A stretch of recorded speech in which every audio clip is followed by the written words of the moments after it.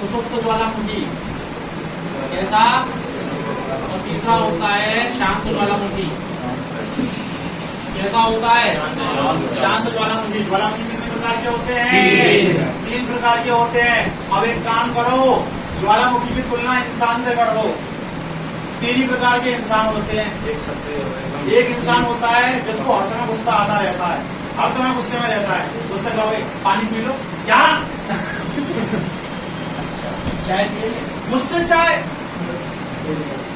अच्छा आप यार, अच्छा क्लास के अंदर ही 2-4 लोग होंगे, अरे थोड़ा सा खिसक जा, क्या मैं खिसक जाऊं?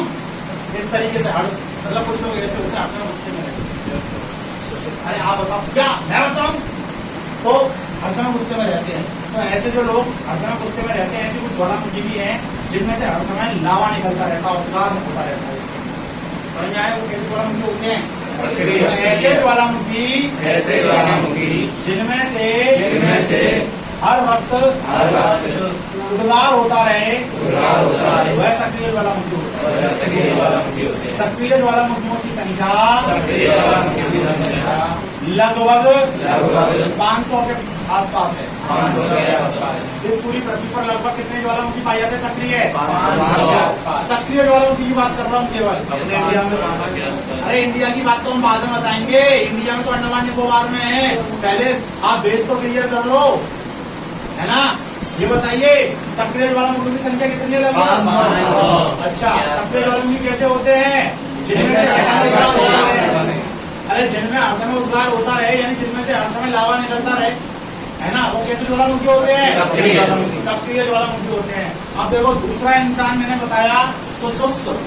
कुछ इंसान ऐसे होते हैं सोए हुए होते हैं।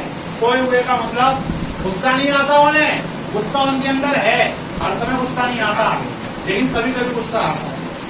ज्यादा परेशान करोगे किसी को तो गुस्सा एकदम से फूट जाता नहीं, फूट जाता उसको तो देखिए दिल से देगा तो अचानक गुस्सा निकल के आता है उसका।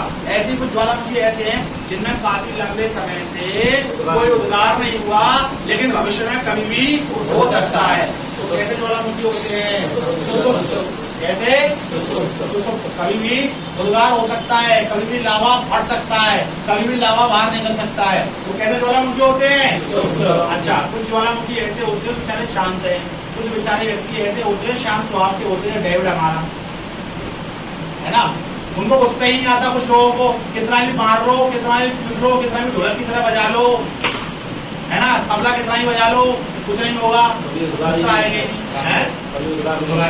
तो हाँ गुस्सा नहीं आएगा। गुस्सा नहीं आएगा तो उसका मतलब उद्गार नहीं होगा। यानी कुछ ज्वालामुखी ऐसे भी है उनमें कभी लावा नहीं निकलता, उनमें कभी उद्गार नहीं होता, उनमें कभी भी कोई विस्फोट नहीं होता, शांत ज्वालामुखी कहलाते हैं। समझ में आया? चलिए इतनी बात तो समझ गई। ज्वालामुखी कितने प्रकार के होते हैं?